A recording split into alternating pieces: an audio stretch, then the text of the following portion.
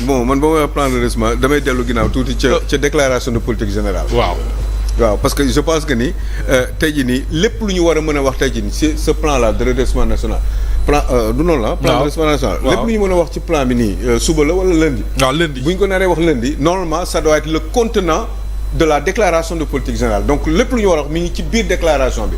te donc man xaw ma à moins que qu'il y ait des changements ci diggante bi. mu am des précisions wala des correctifs. à faire mais li ci li ñu war a gën a mën a sukkandiku à la base moom mooy la déclaration de politique générale. bi nga xam ne ñoom bi ñu ñëwee ba am seen majorité. nga xam ne orientation la. jeex na ci fu ñu bëgg a jëmale Sénégal loolu rek waroon na mën a suffire. mais loolu rek war na mën a dox léegi nag bu ñu waxee plan xëy na peut-être dafa am yu bees.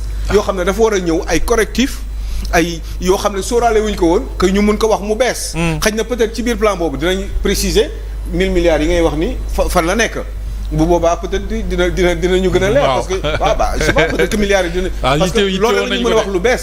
wala am nañu alal bu bees wala ñu xam ci compte Omar la nekk wala Mohamed Diop wala Babacar Justin même les petits 46 milliards yi nga xam ne ñoom Mamour Diallo dañ ko sàccoon aussi. ñu xam ku nekk sa compte yi fu mu nekk ak yooyu comme il l'avait dit eh bien 46 milliards yooyu il faut juste nous le sortir 1000 milliards sax bari na. c'est 46 yi rek nañ ñu ko Ousmane. nañ ñu ko jox waaw. yooyu njëkk 46. mais oui mais surtout que sax. loolu moom dafa waxoon bi mu nekk mënoo nekk ci opposition nga yor loolu nga téye ko tey nga nekk xam nga sax mënoon na ne risque la ma koy wane ak yu demee noonu parce que documents yi xaw ma fu ma ko jëlee mën nañu ma ci indil problème waaye léegi yow vous êtes au pouvoir. oui te yow amoon nga tur yi amoon nga massa ñooñu sax c'est l'occasion nga jàppale leen aussi. bu fekkee ne ay sàcc lañu mais 46 yooyu gën a parce que da nga ne 94 yi séddoo nañ 46 yi. man xam naa domiciliation bancaire yi xam naa turu nit ñi xam naa numéro compte yi ak yi demee noonu waaye léegi vous êtes au pouvoir doo ko génnee nga sànni ko gars yi. wala nga dem sax à la limite bu ko comme ni nga wax nga suturaal leen mais nga dem récupérer xaalis bi nga ne jël naa ko. bés sàngam compte sàngam jarul ngay wax tur. compte sàngam jël naa fa sàngam compte sàngam jël naa fa sàngam lii mooy 46 milliards yi ma doon wax bi ma nekk dans l'opposition après ñu doog a sax mën a éventuellement espérer que ni xëy na peut-être 1000 milliards yi mën na am solo moi je pense que ni plan bi nii du am benn njëriñ ay wax lay doon encore rek parce que finalement ñu xam lan laa bëgg a xam. ci li fi jot a xew nii ci ñetti weer yi nii wala ba si 2 semaines yi mujj qu'est-ce qui s'est passé moom bi mu demee Chine par exemple parce que moom mooy def plan bi mu demee Chine lan la indaale concrètement lan la indaale ci en termes d'échange ak Chine ak de coopération j'allais dire eh bien lan la jot a indi ci chinois yi ci yan type de coopération moo am ci Chine. parce que quand même waxal plan bu la neex mais il faut de l'argent il faut nga am xaalis foo ko jëlee. il faut nga leeral ñu. bi mu ñëwee nee na Chine may nañu xaalis bëri te mais ñaanuñu ñoom ñoo ñu may. non d'accord mais déjà may rek may bi sàmm. non mais ana ministre de l'économie. non mais ministre de l'économie. face à cette relance. mais kooku ce monsieur. mais ana kooku. monsieur kooku kenn du ko dégg. xam nga kañ la gëj a wax. kooku ne la dette est soutenable. nga ko gëj a dégg ba tey mais kenn du ko dégg parce que xamul tax. parce que dafa nekk sous la coupole du premier ministre. dafa nekk sous sa coupole donc il faut que à un moment donné muy noppi bàyyi waa ji assumer parce que bu waxee peut-être que ça peut être en porte-à-faux avec peut-être les dires du Premier ministre donc il faut qu'il se taise en attendant que monsieur le Premier ministre règle ses problèmes tu sais dara du am dinañ waxaat on va un peu faire rêver les Sénégalais mais concrètement dara du am qu'est-ce qu'on va faire. mais Aliou le temps passe vite. mais oui mais di xoolal. bientôt 2 ans. mais Mohamed déwén après mu desal la yeneen ñaari at. non mais nee naa la école léegi moom bi 5e année ba daanaka. mais jeex na non. janvier élection lay doon. non janvier ñëw na premier moitié 2025 dem na. léegi nii bu école après ça va être novembre ay fête am école dina ubbi ay Toussaint machin xam nga Toussaint mooy am fu fête yi demee xale yi dem dellu soir tout de suite on va même pas s'en rendre compte mais au mois de novembre la ñuy nekk xam nga après jeex na année bi jeex na ñuy préparer 31 décembre on est au mois de janvier. jeex na la nga bëgg. après y a plus rien donc mois boobu si diggante bi lan lañ ci nar a defal qu'est-ce concrètement xam nga lan la war a def. wax bi yëpp du yooyu yëpp. wax bi xam nga mooy lan. mooy je pense que ni le président de la République. moom mi joxe woon ay responsabilités monsieur yenn prérogatives mi dem jox ko comment dire jox ko premier ministre bi il faut mu retirer loolu. il faut mu retirer ko réorganiser boppam. mooy li nga interpellé voilà teg ministère am yi ci gouvernement bi nar a ñëw mu teg ci ay nit Mohamed Diop ñu am xam-xam. ñu mën. léegi premier ministre ou dafi nekk sous sa coupole sous sa tutelle ak sous son ordre parce que moom dañ ko jiital ou alors c'est le premier ministre qui gouverne et que président de la République mu toog jàpp ñaar mais bu boobaa. ça veut dire que ni mi ngi trahir la constitution. parce que ça veut dire que ne assumer tout le président prérogative am. donc te loolu dina ma jaaxal mu mën a nekk soyons vrai. Ousmane Sonko mënatul liggéey ak Diomaye ou alors c'est lui qui se plie.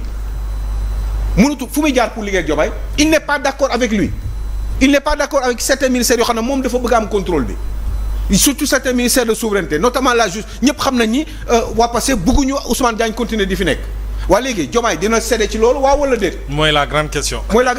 Ministère des finances par exemple. yi fi jot a am yëpp. 1000 milliards yi Diomaye qu'est-ce que monsieur Bouga Diomaye lan la ci xalaat. oui Diomaye est-ce qu'il pense que ni Ousmane Sonko a raison oui ou non parce que est-ce que 1000 milliards yooyu même bu ñu ko wanul ñun est-ce que wan na ko Diomaye wala déet. est-ce que wan na ko fi mu gis affaire yi parce que quand même Ousmane Sonko mënul gis 1000 milliards quelque part te Diomaye du si teg bëtam wala du ko wax parce que bu demee ba koy wax en public ça veut dire que ni moom li muy wax wóor na wala waxtaanee seeg Diomaye parce que bu fekkee dafa def loolu te Diomaye yëgu ko ça veut dire qu'il y a un problème est-ce que Diomaye vous êtes au courant qu'il y a 1000 milliards yoo xam ne gis nañ ko ci benn compte bancaire. Très bien. Est-ce que monsieur Diomaye Faye vous êtes au courant wala yooyu da nga doon bàyyi mu sedd rek parce que c'était le début bon ben vous disiez peut-être que ni il faut que nga xaw a jouer un petit peu sur la loyauté bàyyi ko mu gérer tuuti moo tax nga jox kii boobu DP xaw ma lan loolu la. waaw ministère bi jëlee ko ministère des finances dem jox ko. oui au niveau de la primature et cetera léegi vous en avez marre et que vous avez envie que les choses changent. parce que mbir maa ngi commencé di jéggi dayoo et vous vous êtes rendu compte que ni xëy na peut-être que léegi ni yow il faut que vous assumiez vos responsabilités.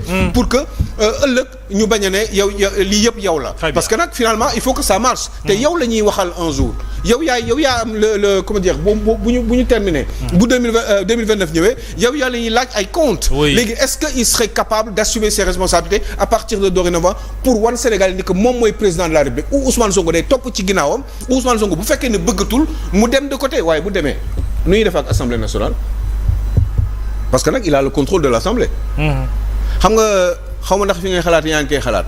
mais déséquilibre bi may gis nii ak instabilité peut-être éventuellement bu mën a am. parce que nan la ñuy Diomaye mën a séparer wu de Ousmane Sonko parce qu'il a juste envie d'assumer ses responsabilités en tant que président de la République. et joxe ay propre orientation moom en tant que encore une fois président de la République. nan lay mën a defee loolu Assemblée nationale majorité bi nekk Assemblée nationale di ko jàppale. xam nga question yooyu ci yooyu la ñu war a réfléchir. loolu est-ce que du source d'instabilité. ak dëkk bi nga xam ne ak situation maa ngi koy wax sànq ak situation bi ñu nekk. ci réew mi. li fi jot a xew yëpp on sait ce qui se passe dans les frontières. on sait ce que c'est xam nga remous yi am on sait ce qui se passe en Casamance yooyu yëpp boo ko boolee ak coono bi gars yi am xiif bi le marasme économique bi nga xam ne le nord où les gens ont faim yooyu yëpp les frustrations qui existent entre le pays entre les Sénégalais diggante mu ñoom ak opposition bi. yooyu yëpp xam nga ni y a de l'électricité dans l'air. wala léegi nag yooyu nan la ñuy def. front yu ubbeekoo bari mais front yu ubbeekoo bari léegi lan la ñuy def loolu yëpp. pour mën ko gérer. s'abstenant de Ousmane Sonko. c'est très important yooyu ci yooyu la ñu war a réfléchir. c'est des réflexions nag yu am solo yooyu nga teg. mais ki mu njëkk a war a concerner. mooy ki nga xam ne moo téye réew mi. le président muy le président de la République. parce que nag war na mën a assumer parce que moom nee na dafa bëgg a réconcilier. ñële nee nañu ñoom non réconcilier wuñu. ñun ñoo gagné dañuy gouverner parce que am na ñoo xam ne il faut ñu changer ko. parce que nii ak nii la war a demee. am na ñoo xam ne ay sàcc lañu ay machin et cetera yooyu yëpp amuñu ay waxtaan amul réconciliation ñun ñooy Pastef dañu bëgg lijjanti mbir mi te yow da nga ko war a nangu loolu Ousmane Sonko bëgg. wala boo ko mënul assumer yow parce que vous avez peur wala parce que vous n'êtes pas de nature à faire ce genre de choses là. eh ben ñun bàyyi ma man ma def ko mooy bàyyil moom ma gouverner boobu xam naa ni comme ça waay confirmé ne du ko bàyyi ñu gouverner du ko bàyyi mu gouverner. moom mooy gouverner nan la waree assumer buy gouverner. parce que nag mënu ko def ñoom ñaar encore une fois il est obligé mu dàq ko. en tout cas amul choix. wait and see. wala bu ko dàqul boog moom mooy démissionner boog. très bien. organiser waat ay élections. moom nee na démissionné wul de. ci sûr que wax conférence de presse nee na demul fenn. moo ko wax ci gémmiñ. waaw conférence de presse non kon ça veut dire que ni. kon Ousmane Sonko fu ñu waxee ne waaw. il l'a dit je ne bougerai pas. non kon ça veut dire que ni kon Ousmane Sonko day dem. bah oui.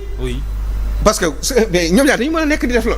mais d'accord tuma wala boog Ousmane day ñëwaat taxaw mu ne man Aliou man Ousmane Sonko. je dis que je ne bougerai pas. pour un premier ministre ça pose problème. non le premier ministre mu wax loolu sax. waaw.